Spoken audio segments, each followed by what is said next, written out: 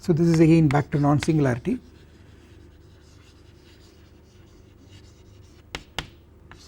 Okay, so if you recall that if P is a point in X which is an affine variety,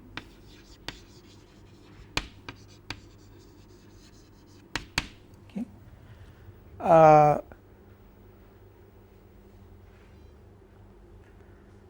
then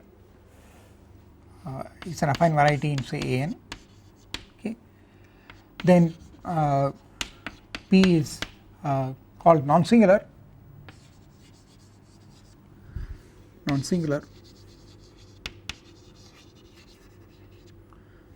called a non-singular point of X, okay, or we say X is non-singular at P,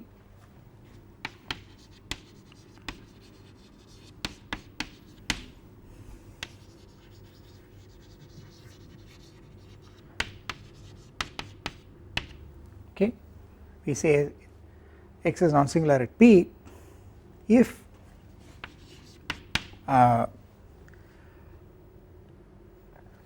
for a given set of generators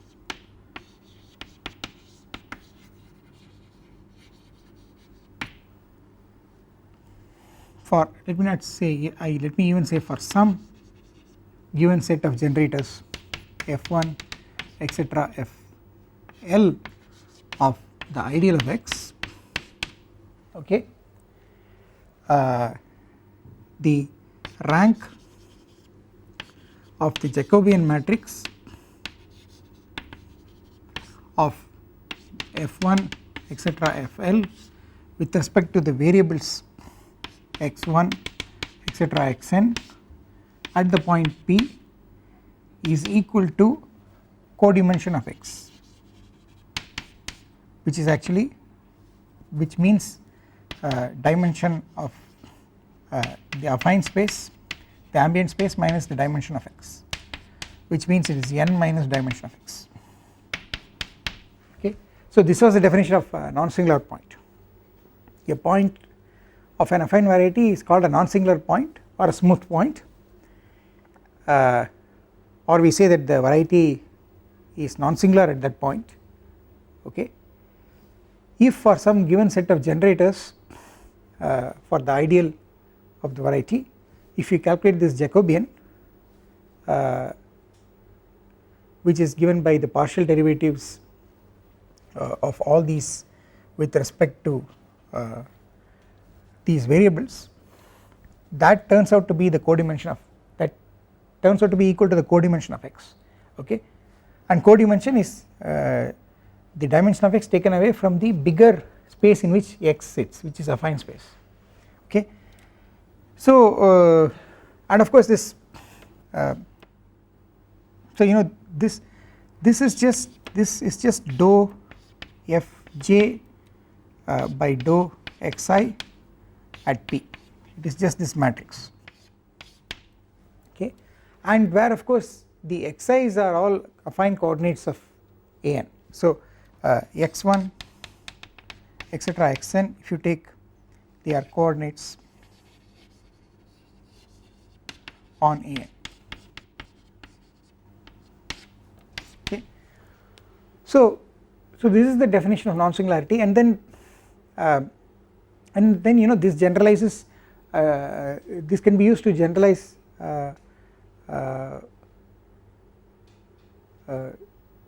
to say when a point on any variety is a non-singular point, and the definition will be that, well, given any point on any variety, it always lies in an open set which is an affine variety, because any variety is covered by a finite union of open subsets which are isomorphic to affine varieties. So you take the point on the variety to also to be a point on an affine open set containing that variety, and then you define the point to be non-singular if it is non-singular as a point of that affine open set, okay. And so in a way, you know, this non-singularity should not depend on the open set in which you are considering it. So it should so you know the non-singularity or the smoothness at a point is a very it's a local notion, okay. You know, when you say a curve is smooth at a point, it means actually there is a sufficiently small neighborhood of the point where it is smooth, okay. And similarly, you know, when you say a surface is smooth at a point, it means there is a sufficiently small neighborhood of the surface where it has to be smooth. So you see, the smoothness at a point is something that is it's not, in fact in classical geometry, you know, if something is smooth at a point, then it's also smooth in a neighborhood of that point, okay. And this is true also in algebraic geometry, okay, but it requires more commutative algebra, it requires more algebra to establish, okay. The fact is that something being smooth at a point is something that spreads out to that neighborhood of the point, alright. Therefore so the moral of the story is that when you say x is non-singular at a point, it will happen not only at that point but also in an open set containing that point, alright, in a neighborhood of that point. And in that sense, you know that, but you know, any open set in the Zariski topology is huge, okay. Therefore what it will tell you is that the moment you have one smooth point, okay, then there is a huge open set, there is a dense open set full of smooth points, okay. And this is what happens in truth. What happens is that the set of points which are singular points which are not non-singular, that's only a small closed set, okay. And that means most of the points on an all points on a huge open set, they are all non-singular, they are all smooth points, okay. But anyway, these are all geometric facts, and one needs to have sufficient amount of commutative algebra to establish them, alright. So at the level of this definition itself, there are problems in the sense that, you know, this variety x could sit in some other affine space, and if I change the affine space, then the ideal of x in the affine space will change, okay. And not only so, that's one ambiguity, and the other ambiguity is, for this ideal I am taking some set of generators. If I take another set of generators, then it may be different number of generators and this matrix changes, but I am just saying that so this is a condition on the rank of this matrix, okay. So there are a lot of ambiguities in this definition. Why should this definition be a good definition? Because there are so many choices to be made. First of all, I have to make a choice of embedding x into some affine space, namely I have to think of x as an irreducible closed subset of some affine space, okay.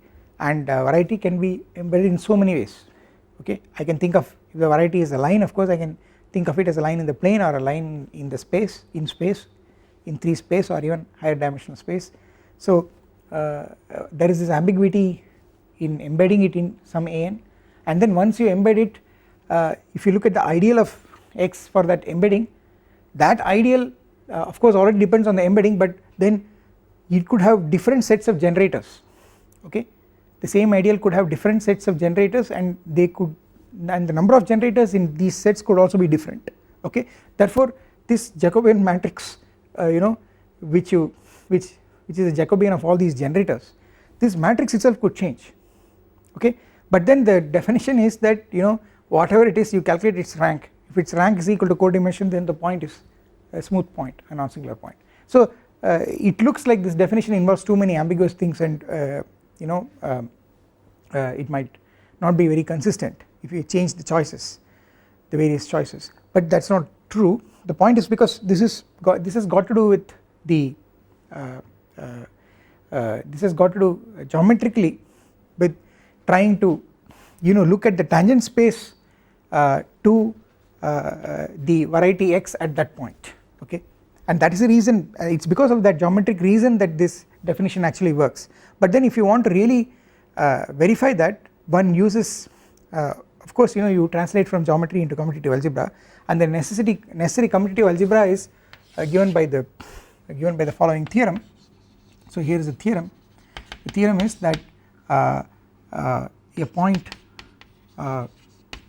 P of x where a point P of a variety x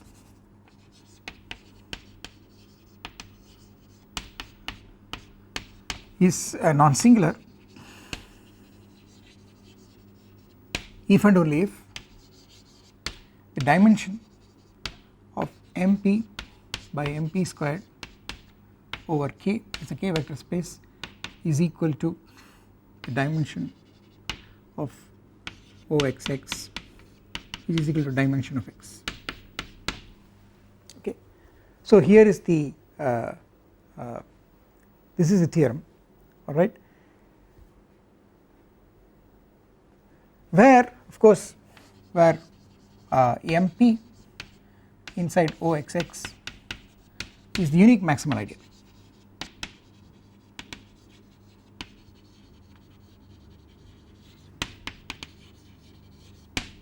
Okay.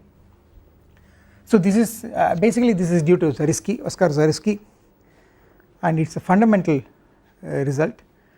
And here that the definition of non-singularity we are using is this definition, which is full of ambiguities, okay.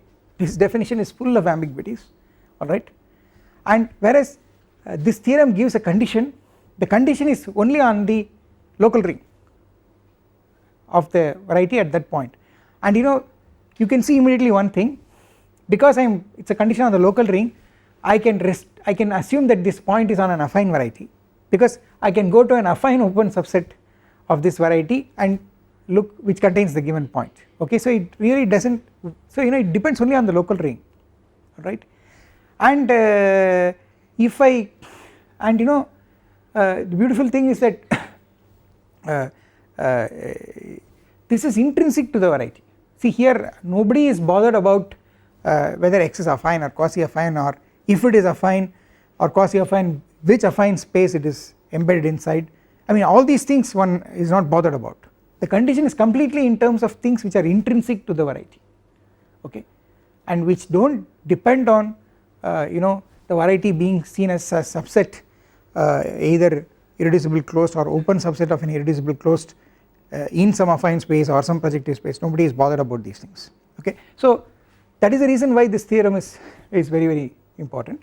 And so so the proof is interestingly, the proof is linear algebra, and but actually it has got to do with geometry, because what you are trying to do is you are actually if you look at it geometrically you are trying to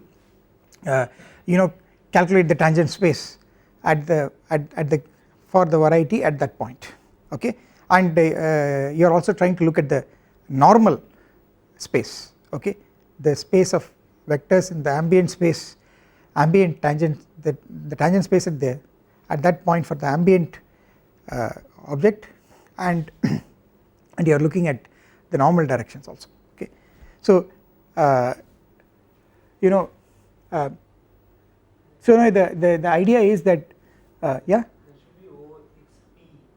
oh yeah, okay, yeah, that's very important, yeah, it should, thank you, it should be OXP, because all the time I am used to small x and then yeah, that is bad notation, thank you. So this should be OXP, this should be OXP, not small x, right. So so you know the roughly geometrically this is what is happening.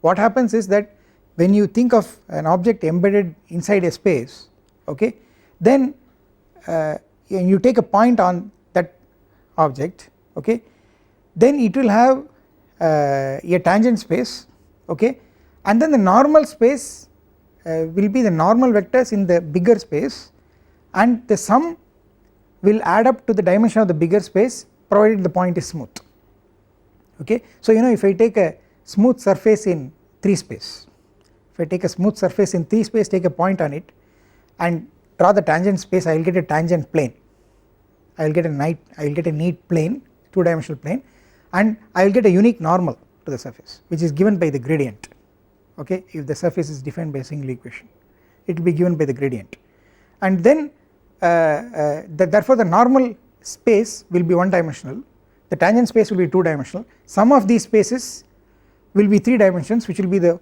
ambient space in which the object is embedded. But however if you take a singular point this will not happen.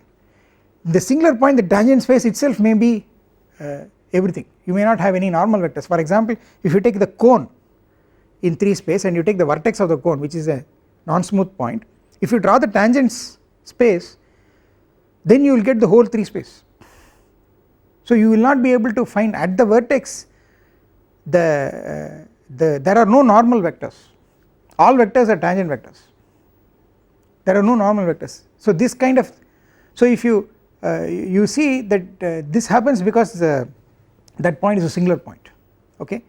So if you have a smooth point, what will happen is that you will get a tangent space at that point which is equal to the dimension of the object, and then the normal space which consists of vectors perpendicular to the tangent vectors, okay, that will give you a subspace of the tangent space of the point in the bigger space in which it is sitting, okay, such that the sum of these 2 spaces will be the whole tangent space, okay, and this will happen for smooth points, it will not happen for non-smooth points, okay.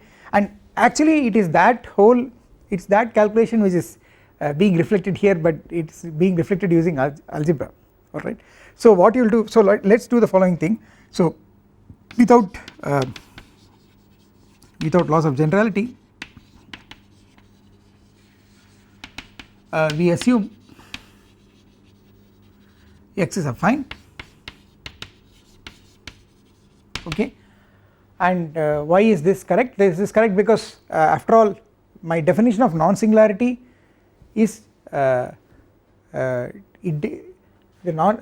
point P of a variety is called non-singular if you it is non-singular as a point of an open subset which is affine, because I have defined non-singularity only for a point of an affine variety, and any variety can be covered by affine varieties, open subsets which are affine varieties. So without loss of generality I can assume that x is affine, alright, and that means and what I mean by this is you go to an open subset which is affine, okay, by going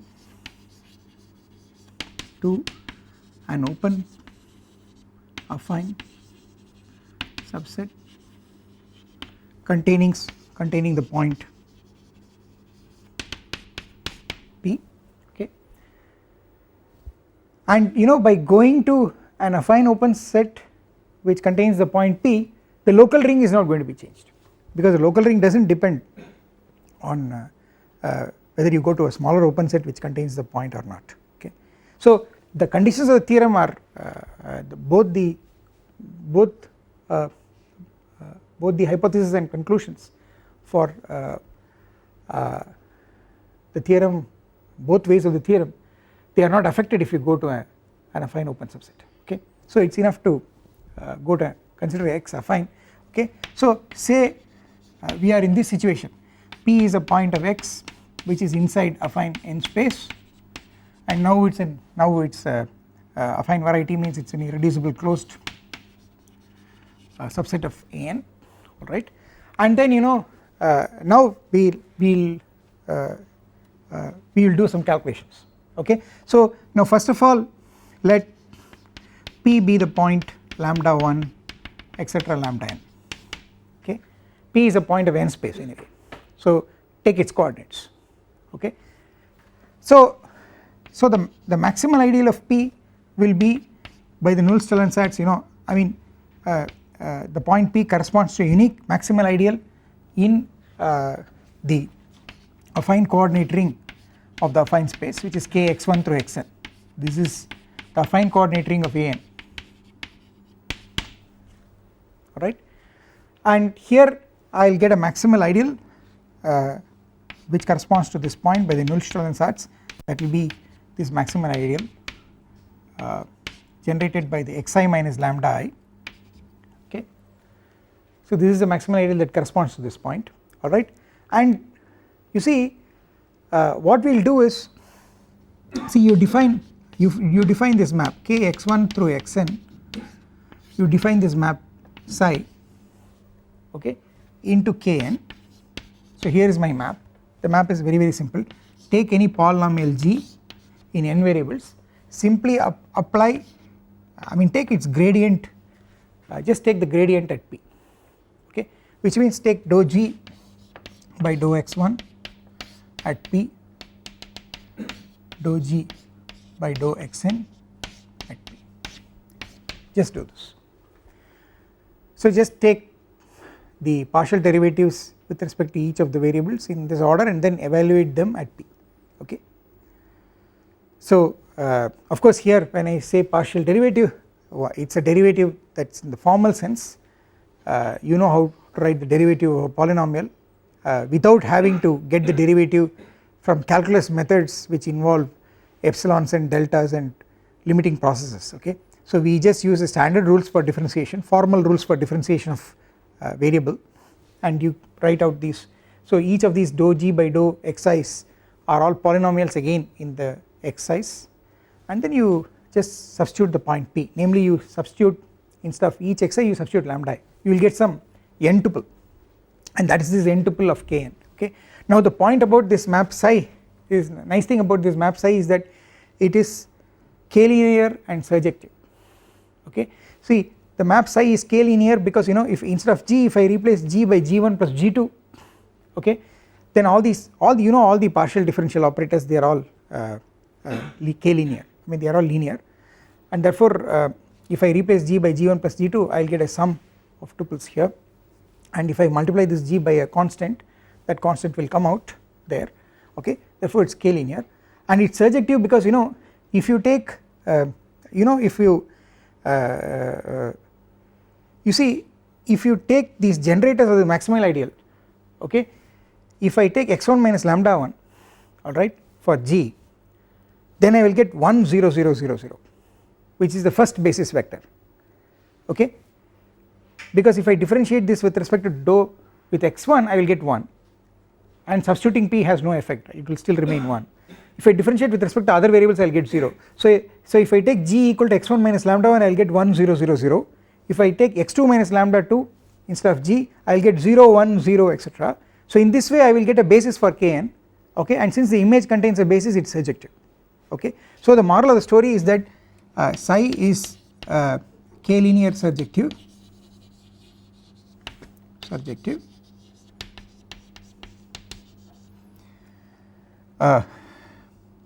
psi of xj minus lambda j is equal to standard jth basis vector.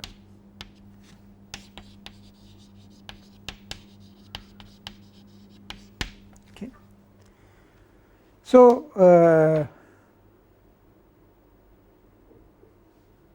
so it is a linear surjective map, alright, and now the point is that the kernel is exactly the square of this maximal ideal. Okay, so in other words what I am saying is that psi induces an isomorphism of the n dimensional vector space k with mp mod mp squared. Okay, so mp mod mp squared is just the n dimensional vector space k. So you see if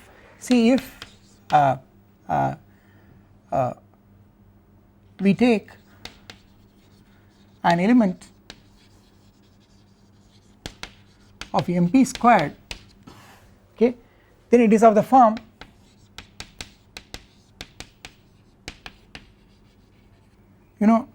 it's going to be of the form sigma I some gi times xi. So I know in fact I can put I comma j xi minus lambda I, so I put gij xi minus lambda I into xj minus lambda j. Yeah,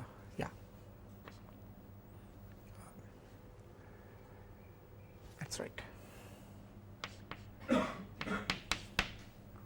Okay, you see what is an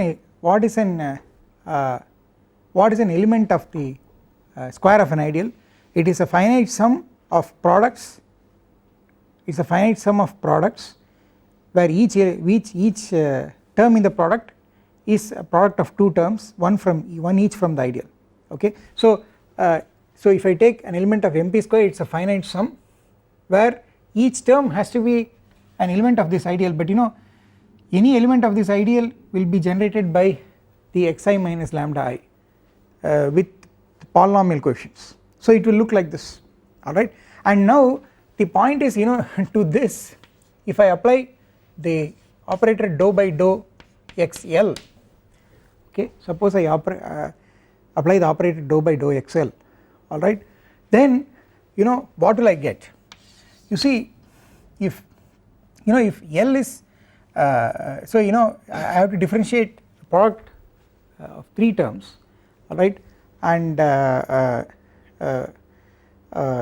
therefore you use the product rule, alright, which also is valid in this case, okay, formally, alright. Therefore see if L equal to I, suppose L is I, then what I'll get is so let me write it here.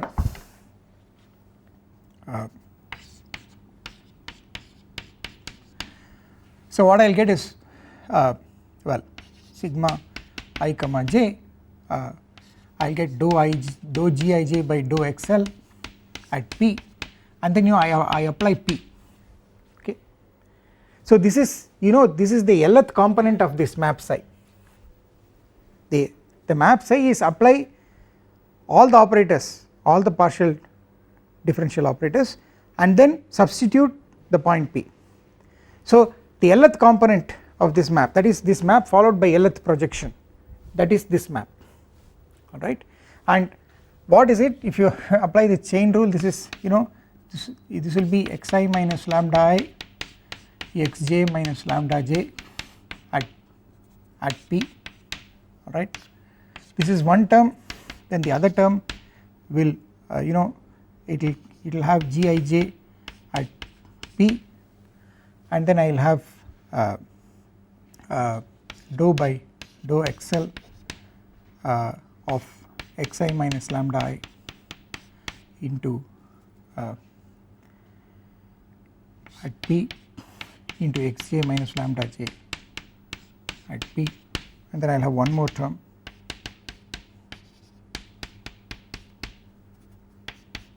I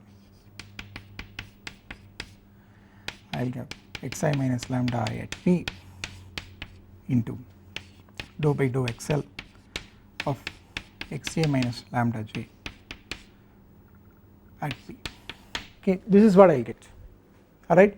And now if you look at it carefully, this is going to vanish, because you see the first term will vanish because I have these two fellows surviving. If this is 0, then I am not worried, okay.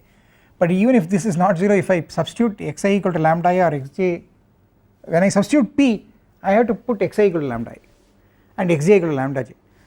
So this is gone. In this this will go, and in this will go. So these terms will vanish, these underlying terms. So this is actually 0, okay. So the moral of the story is that if you take any element of MP squared, this linear map will kill it, okay. So in other words, what it will tell you is that MP squared is contained in the kernel of psi, okay, MP squared is contained in the kernel of psi, but the more important thing is MP squared is exactly equal to the kernel of psi, okay. Conversely, let H belonging to MP be in kernel of psi, okay. Now H is an element of MP, so H is actually given by sigma gi xi minus lambda I over I. This is how an element of M, the maximal ideal, will look like. It is just a combination of all the generators xi minus lambda i's multiplied by polynomial coefficients. The gi's are polynomial coefficients, right. This is how maybe okay, this is gi and this is gij, so it should not, they are different things, right. So H looks like this, alright, and I am saying that I have taken my H to be in the kernel of psi, so psi of H is 0, okay. So psi of H, but what is psi of H?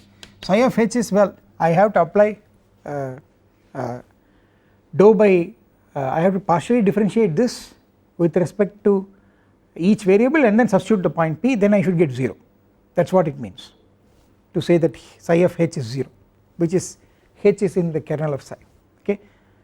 I am trying to show that kernel psi is also contained in MP squared, so I am trying to show kernel psi is equal to MP squared, that is what I am trying to show, okay. So psi of H is what? If I differentiate this with respect to if I take psi of H equal to 0, so this will tell you that, you know, if I take dou H by dou XL at P is 0 for all L, this is what it means, okay. And now write that out, see dou H by dou XL at P 0 is equal to this, but what is, see if I differentiate this I will get sigma over I, okay, I will get dou gi by dou XL at P into xi minus lambda I at P plus I will get gi at P into dou by dou XL of xi minus lambda I at P.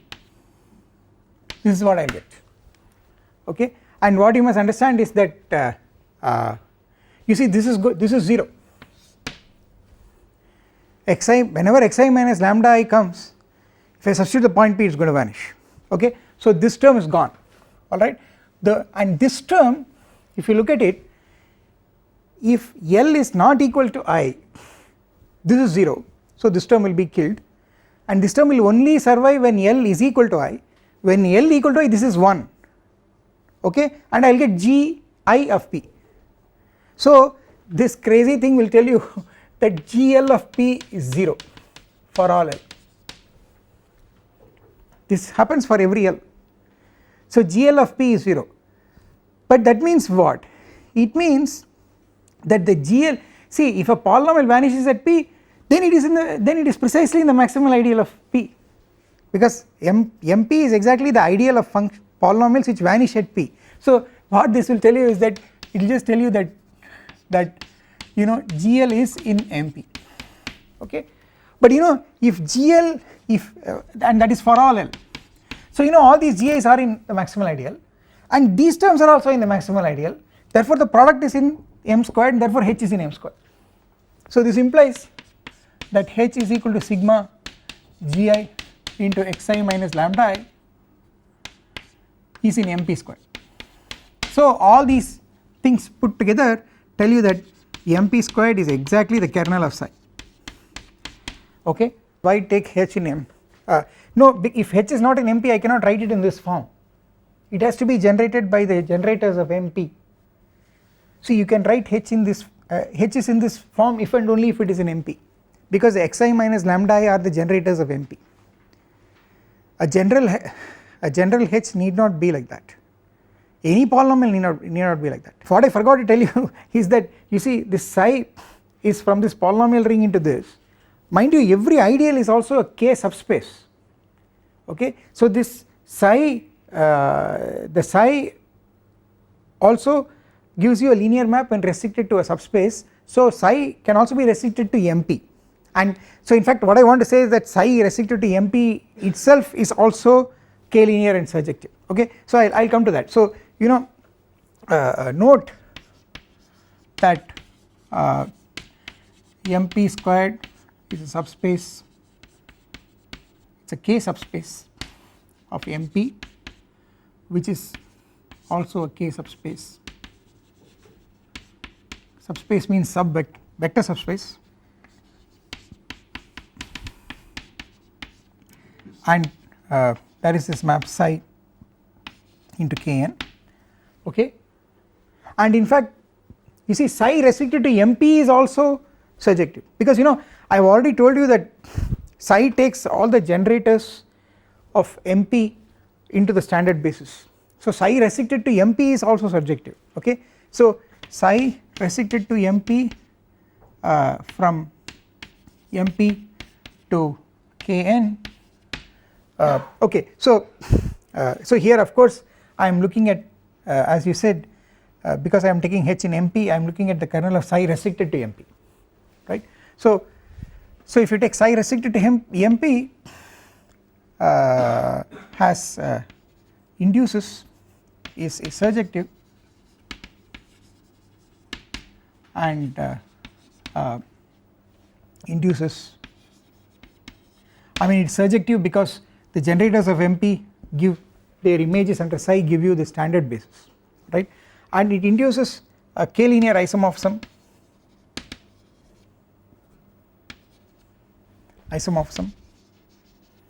from MP mod MP squared to Kn, and let me call this isomorphism as psi prime.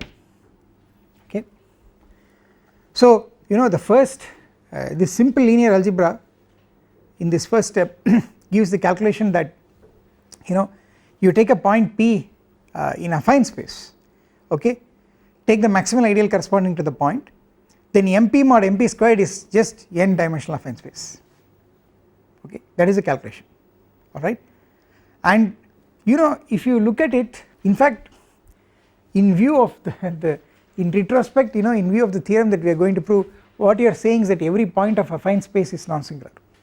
Okay, because you know if you take the local ring of affine space at that point is just the polynomial ring localized at MP, okay, and its maximal ideal is generated by the image of MP in that localization, and if you take and what you are saying is that, well, if you take this quotient and localize, okay,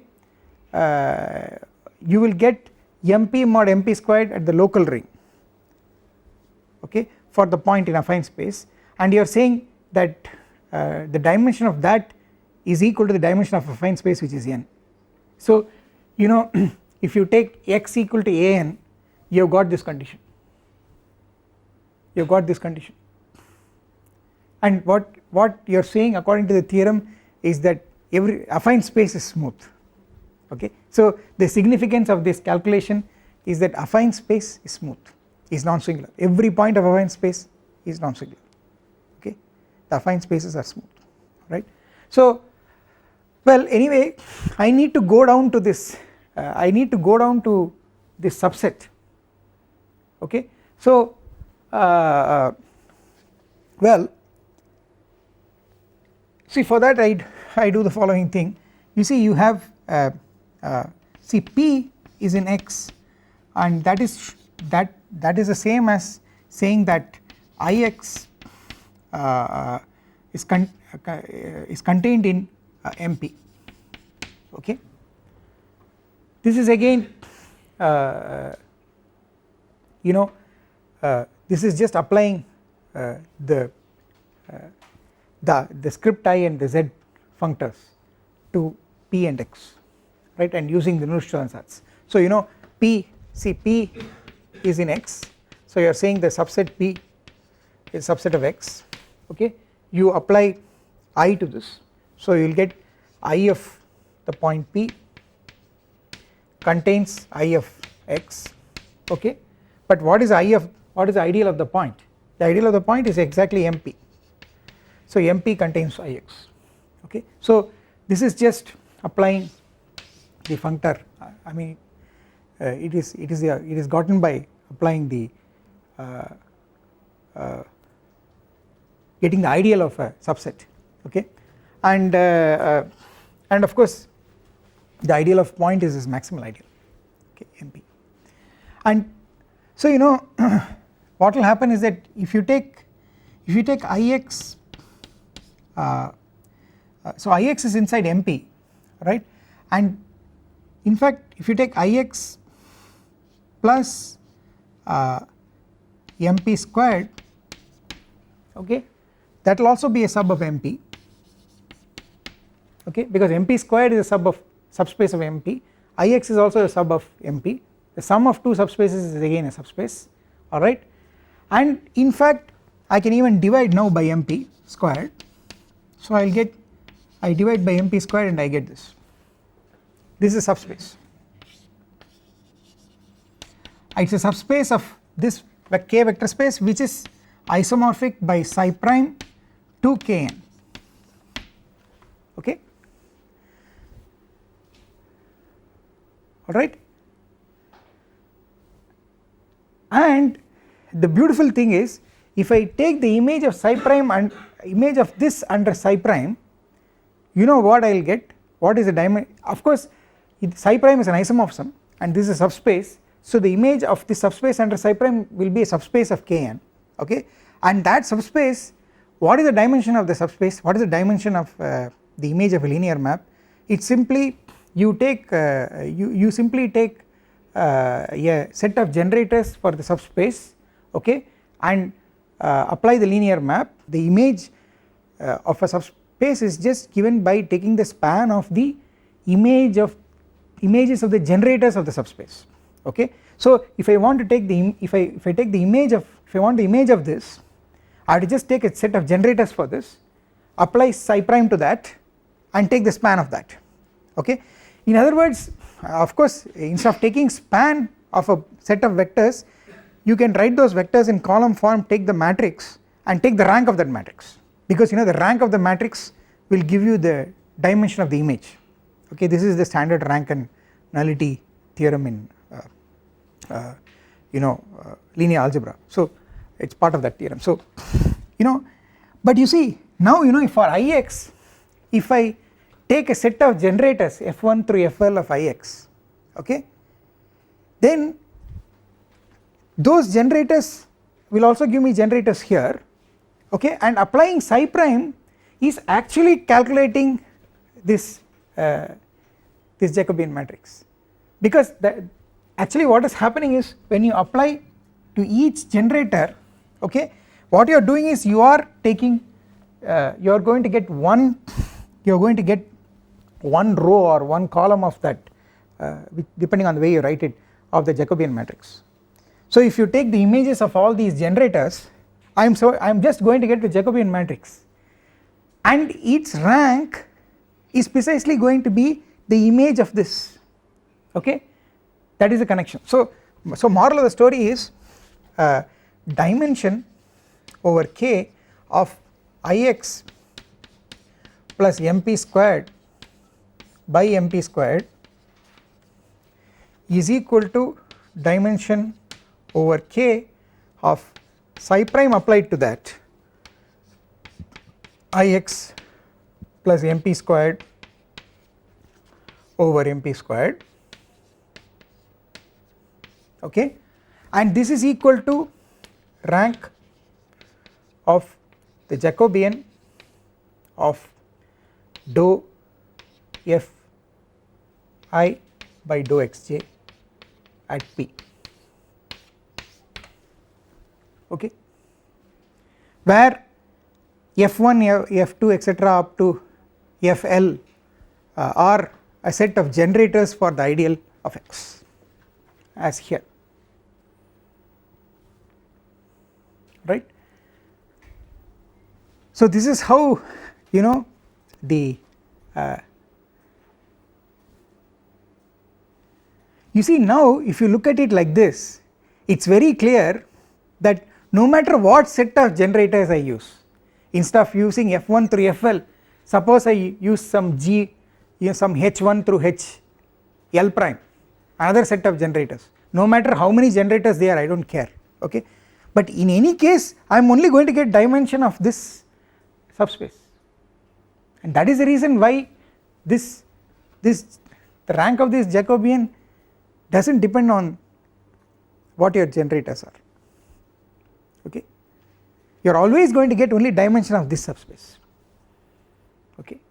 That is the reason why even for a fixed embedding, for the ideal of the variety in the affine variety in the embedding into affine space, even if you change the set of generators, you are going to, when you calculate the rank of the Jacobian of the generators with respect to the variables, you are going to get only the same dimension. I mean you are going to get only the same rank, because this is a dimension of one and only one subspace, this subspace under this isomorphism, okay fine. So alright, now it is a matter of just a little bit more of linear algebra, alright. So what you do is, so let me keep this statement here as it is and continue here, okay. It is only probably a couple of lines more. So what will happen is you have see, what you should remember is, you see MP mod MP squared divided by Ix plus MP squared mod MP squared, okay. I have this is a space and this is a subspace. If I take the quotient, my claim is that this is the same as MP mod MP squared, where this MP is a unique maximal ideal in the local ring of X at P. Alright, so you see we have an isomorphism of k vector spaces in this way, okay, because how do you get the local ring? You get the local ring because the local ring of X at P is gotten how? What you do is you take the affine coordinate ring of X and you localize it at the maximal ideal that corresponds to the point T inside X. No, this is the definition of the local, this is how you get the local ring of an affine variety at a point. You simply take the affine coordinate ring of the variety and you localize at the maximal ideal that corresponds to that point, the unique maximal ideal of the affine coordinate ring which corresponds to that point by the Nullstellensatz Satz, okay. But what is Ax? It is just polynomial ring, you go modulo the ideal Ix, and then what is this maximal ideal? This is just MP, you localize at MP mod Ix, alright, and because of this, if you take this quotient MP mod MP squared Ix plus MP squared mod MP squared, this will be the same as small mp, where small mp is the unique maximal ideal in this, because you see small mp is actually this, you take the ideal mpx dot take the ideal generated by this by its image in OXP, okay. So this quotient is the same as this, alright, as k vector spaces, and therefore if you count dimensions, dimension of this minus dimension of this is equal to dimension of this, so you will get dimension of mp mod mp squared over k is equal to dimension of capital MP mod mp squared over k minus dimension of Ix plus mp squared by mp squared, okay, right, and but you know, so that will be equal to, what is this? This is n dimensional, because we have already proved mp mod mp squared is isomorphic to capital MP by capital MP squared is isomorphic to Kn as vector spaces, therefore its dimension, because of the isomorphism psi prime, its dimension is n. So you see this is n, okay, minus this part is just the rank of the Jacobian matrix at P. So this as we have seen here is the dimension of Ix plus MP capital MP squared by capital MP squared is actually the image under psi prime, dimension of the image under psi prime of that subspace, okay, and that is the rank of the Jacobian. So I will get n minus, here I will get n minus rank of the Jacobian of dou Fi by dou xj at P, I will get this, okay, and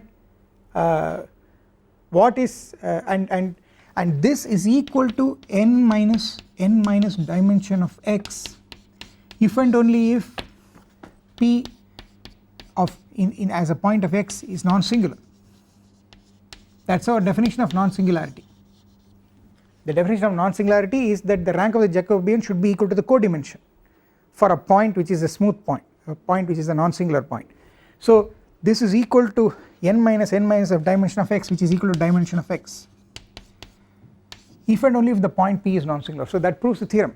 So what you have proved is dimension of m mod m square, mp mod mp squared, where mp is the local ring, mp is unique maximal and ideal in the local ring corresponding to the point P on the variety x, that is equal to the dimension of x if and only if the point P is a smooth point, okay, and the importance of that is that this gives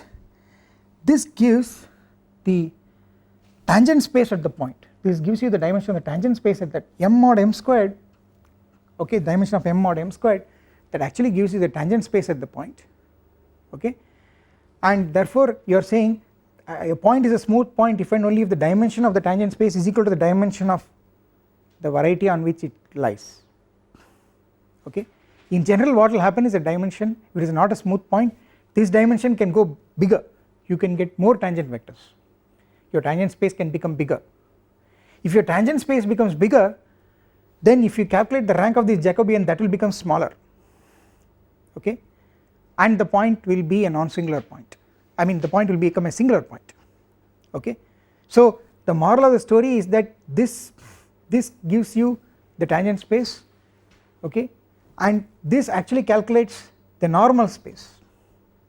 This is a set of normal directions at that point in the ambient space in which this space is, this object is sitting inside, okay. So if the point is a smooth point and the x is an r dimensional variety in n dimensional space, then the dimension of the tangent space will be exactly r, the dimension of the normal space, all the vectors which are perpendicular to the tangent space, tangent vectors, that will be n minus r, and that should be equal to the rank of the Jacobian for any set of generators, and that is what geometrically is happening and that is what it says, okay. So that finishes the proof of this theorem. So so in this connection I need to tell you that the set of points where the set of singular points, that is a closed subset, okay. So that is also a fact that can be seen immediately from this argument. If you look at all those points where you have which are singular points, see those are points on the variety where this rank falls, rank of this matrix falls, okay. And you know where the rank of a matrix falls is just the rank is just given by the locus of the vanishing of the of all the minors, okay, of all the maximal minors, right. So if you have a if you take this Jacobian matrix, okay, it is a matrix having polynomial entries, alright, and you know if you vary the point P, what are the points P which are singular? Those are the points for which the if you evaluate the Jacobian matrix, you are going to get rank less than, you will not get rank n minus r, okay, but you will get lesser rank, okay. And what does that correspond to? That corresponds to you take all the maximal minors, square minors of the matrix, their determinants should vanish. If all the maximal square minors vanish, at that point the rank has to fall, and only at such points the rank will fall, and therefore that is a closed subset, okay. So this argument tells you that if you look at all the points P which are singular points, that is a closed subset of X, that will be a closed subset of X, okay. So the set of singular points is a closed subset, but the more important fact is that this closed subset is by no means the whole space, it can only be a proper closed subset, which means it will be of smaller dimension, and that needs proof, and I will prove it in the next lecture.